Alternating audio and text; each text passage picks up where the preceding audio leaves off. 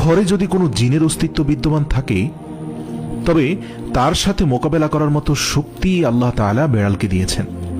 বেড়ালটি জিনের সাথে থাকা নেগেটিভ এনার্জিগুলোকেও শোষণ করে ফেলতে পারে। শুধু তাই নয়, বেড়ালের শরীরে আল্লাহ এমন একটি ব্যাকটেরিয়া দিয়েছেন যা কিনা আমাদের আশেপাশে থাকা সব ধরনের নেগেটিভ এনার্জিকে শোষণ করে নেয়।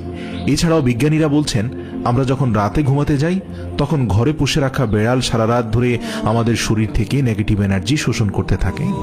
আল্লাহ রাব্বুল আলামিন বেড়ালের মাঝে কিছু বৈশিষ্ট্য দিয়েছেন যার কারণে এমন সুন্দর একটি মাখলুক আমাদের রোজকার জীবনের অংশ হয়ে উঠেছে।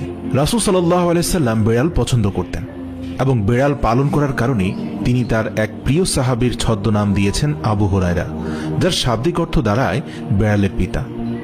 কেন একজন মুসলিমের বেড়াল পালন করা উচিত? গবেষণা করে জানতে পারা যায়, আজ থেকে ৮,০০০ বছর পূর্বে জঙ্গলের বেড়ালরা খাবারের খোঁজে জনবসতিতে আসতে শুরু করে। সে সময় জমিতে ইঁদুরের অত্যাধিক উৎপাত ছিল। সেসব ইঁদুরকে তাড়া করতে করতে একসময় বেড়ালরা মানুষের বসতিতে এসে পৌঁছায়। ওই সময়ে জমিতে থাকা ইঁদুরগুলো বেড়ালের প্রিয় খাদ্য হওয়ার পাশাপাশি মানুষের জন্য একটি বড় সমস্যার কারণ ছিল। বেড়াল সেগুলোকে মেরে ফেলায় তৎকালীন সময়ের মানুষ আর বেড়ালের মাঝে একটা সখ্যতা গড়ে ওঠে এবং তারা আস্তে আস্তে একে অপরের প্রতি আরও আপন হতে শুরু করে। বর্তমান বিশ্বে পোষা প্রাণীর তালিকায় বেড়াল ১ নম্বরে অবস্থান করছে।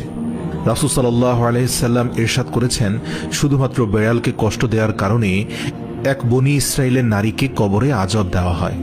মহিলাকে আযাব দেওয়া হয় কারণ বেড়ালটিকে বন্দী করে রাখা অবস্থায় সেই মহিলা বেড়ালটিকে পানাহার করতে দেয়নি, তাকে কোনো খাবারও খেতে দেয়নি, যার কারণে বেড়ালটি মারা যায় এবং এর ফলে তার কবরের শাস্তি নেমে আসে।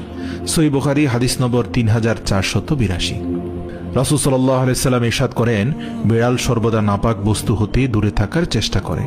বেড়াল হচ্ছে এমন এক প্রাণী যে কিনা মানুষের আশপাশে ঘুরতে পছন্দ করে।